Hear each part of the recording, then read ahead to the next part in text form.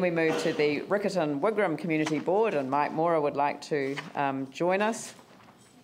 We have got two reports, one that has no Part A matters and the second one that does have a Part A matter. So if it's with your leave, I will ask that Jimmy Chen and Vicky Buck, she's not in the room, am I allowed to do that? No. Okay, Phil Clearwater, I'll just put the motion that the report be received. All those in favour say aye, those opposed say no. Carried, and then we'll move on to item number 12, which is the that contains the matters requiring a council decision. And I would invite Mike Mora to address the meeting. I wasn't angry. No, that was modest coming from Mike. Yeah, thank you, Madam Mayor and Councillors. On our 19th of November meeting, we did have a notice of motion about the council recreation facilities payment options, and it seems that the council have altered the payment systems from what they had in the past. About 3 years ago, they decided to go to annual membership fee, annual memberships, and for people to pay by direct debit as well. So that fell out of favour with quite a few people, especially low-income people that would probably didn't want to take out a year's membership or set up automatic payments, but might be quite comfortable with a 3-monthly membership or even just a daily charge. So what this is notice of motion is asking is for the council to go back to what it had. And the staff have said that there will be no sort of extra costs on the council to do that, but it is just a more convenient system for the public. So, and also moving on to the deputations by appointment, we had a deputation by Mr Stokes about the Noble subdivision. There is another issue that's raised its ugly head with this subdivision, and that is the issue of stormwater retention. When the original subdivision for Noble went through the court, the whole site, the whole Noble subdivision site, was part of that resource consent in relation to stormwater and roading. But subsequently the developer got variations, non-notified variations to that original resource consent that affected the roading layout quite dramatically, as you'll find out from subsequent meetings, quite dramatically. And it also dropped off a huge part of the subdivision for stormwater discharge issues. Now the stormwater discharges that were put in place now for the commercial and high density residential area of the Noble subdivision. It is not for the existing part of the Noble subdivision at all. So the only option those people have got now, that they've found out that their stormwater has not been catered for, is for the stormwater to be discharged onto additional land that was never part of their subdivision at all, to buy rural land to the west, to put a stormwater system in. But the stormwater system would have to run 1.7 metres uphill, and stormwater doesn't normally run uphill, or you put pumps in to pump the water uphill, which is all very good as long as you've got electricity and the pumps working. But it's very, very unusual for stormwater to run uphill, so I don't know what the engineers have got in mind, but it's certainly some new technology that nobody knows about. But anyway, that's an issue that these poor people have been left with, is they've got no stormwater hooked up into the stormwater retention that are in place at the Noble subdivision now, and there's virtually no ability for them to hook up to another stormwater system that on land that hasn't been bought yet, or a system to pump it uphill. the rest of our meeting was quite positive in giving away funds to young people and teams to take part in sport, and some funding for adults and older adults events.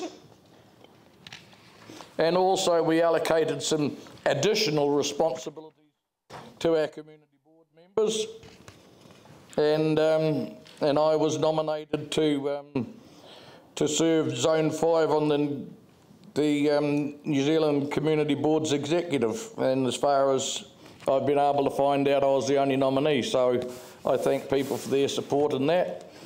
And we did have the extraordinary meeting of the Noble Subdivision, but that will be subject to another report on another date. Otherwise we'd be here certainly all day.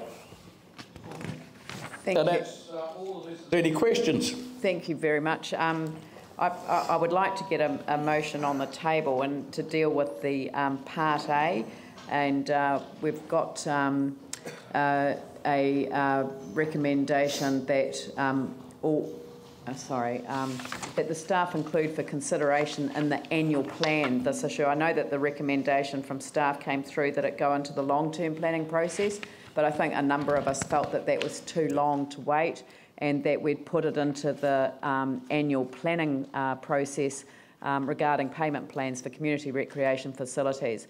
Would Jimmy Chen and Vicky Buck, so that's the motion that's lying on the table, and I'd like to take comments on that. Thank you. Thank you. Sorry, Pauline Cotter. Yeah, that's what my question is around. Why is it necessary to be consulted on? Surely we're just reverting back to the status quo. Was the original payment method consulted on when that was set up? You might be a staff member. I don't know. All I know is that the system worked fine. Nobody complained about it. But that's my point. If we're reverting back to the status quo, and it says here there's no financial implications, but consultation is expensive, and I just am querying the need for it. So, pardon? Sorry, you're going to consult on the annual plan anyway, so it's just merely a part of that. I can't imagine there being any additional cost to it. Well, it still is, though, arranging meetings and stuff. No, it's part of the annual plan. The annual plan is consulted on as a document. I mean, I don't know whether, I personally think that we just need to double check that there isn't an additional cost associated with it. I mean, if it's part of the budgeting process, then we should do that. But I mean, if it comes back within that process that there is no additional cost and it can be reinstated, I mean, I'd rather have a little bit more history to it before we make a final decision. But if you'd rather that it was put to a report back to the next council meeting, I'd be happy to receive that as a... Too, I'm just wary of, so if you think it's better to go down the, recommend it goes into the consultation, I'm happy with that. I was just flagging finances. Yep. They would have to report back in February on this matter, so it's really, instead of reporting back to the first meeting in January. Phil Clearwater? I fail to see really why, and making it more available for residents, there'll be extra costs. And I don't know if staff can outline to me how there would be, and why, in fact, we can't follow the Community Board's recommendation. Well, I mean, I know that we haven't got a report on this matter at this stage, and I would rather that we made a report knowing if there were actual costs, and if there were actual costs, what they were, before we make a financial decision. So I just think that that's a sensible approach to take. Just following on that, Madam Chair, if we are of the opinion that this, having been the status quo, I'm satisfied that this would be a prudent move to just support the Community Board recommendation. I'd be happy to do that. I think we have enough information because this was a system that was already in place. Madam Chair, could I suggest that Mr Fuxell, who actually told us at the Community Board the answer to all these questions, actually just tells the Council now and then we vote on it? Okay, we'll come to the table perhaps. But what?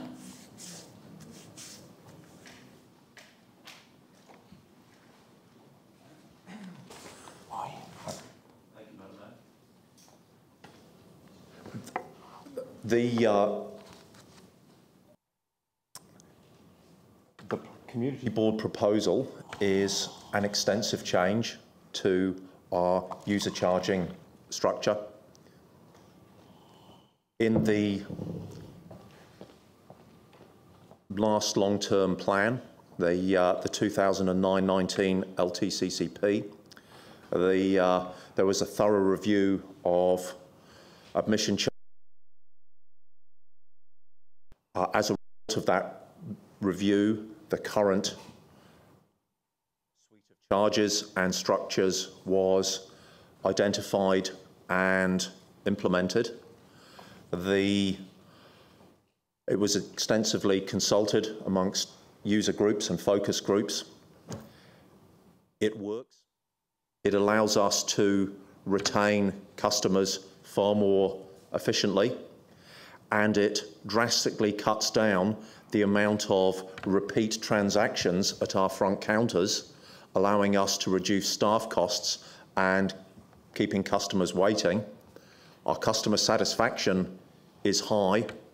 There will be retention issues. There will be financial implications if we follow this recommendation. Our feedback has been, if there is a need to review some or all of this, that we do that in the standard annual plan process where council can understand the full implications of the decision, because there will be a number that are not apparent at this point in time. But I remember this recommendation from the community board actually is after the consultation with the staff, Mr. David Bailey. During the meeting, he agreed, this kind of new revised recommendation here. So my question is whether there is any, the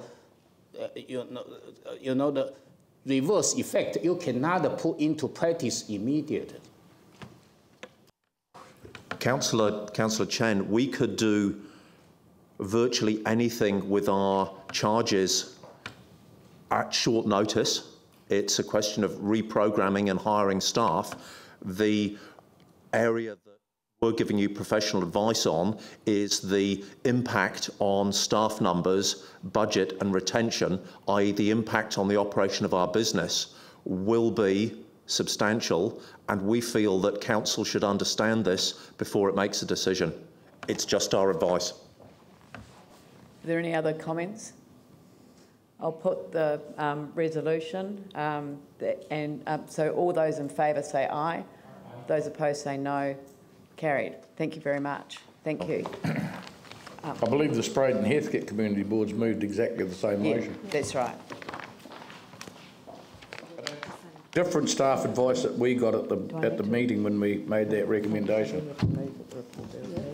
Okay, now we need a resolution that the report of the Community Board be received, and Jimmy Chen and Vicky Buck.